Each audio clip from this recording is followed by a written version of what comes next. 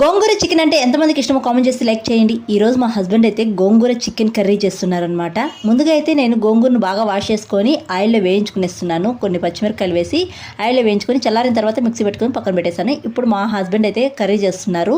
ముందుగా స్టవ్ పైన బండి పెట్టుకొని ఆయిల్ వేసుకొని ఆనియన్స్ వేసుకొని లైట్గా వేయించుకున్న తర్వాత అల్లం వెల్లుల్లి పేస్ట్ వేసుకొని పచ్చివాసన పోయేదాకా వేయించుకున్నారు. తర్వాత 4 టమాటాలు కట్ వేసుకొని టమాటాలు బాగా మగ్గిపోయిన తర్వాత చికెన్ వేసుకునేసారు. చికెన్ వేసుకున్న వెంటనే రాళ్ళుప్పు కొద్దిగా పసుపు వేసుకొని చికెన్ని 2-3 నిమిషాలు బాగా వేయించుకున్నారు ఈ ఆయిల్లోనే.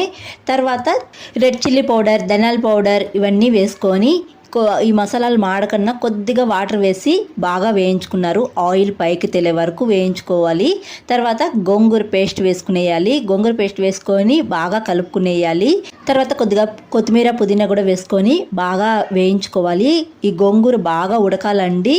1/2 గ్లాస్ వాటర్ వేసుకున్నారు. అది మిక్సీ జార్ కడిగి వేసుకున్నారనమాట. ఎక్కువగా వాటర్ వేసుకుంటే కూడా బాగుండదు.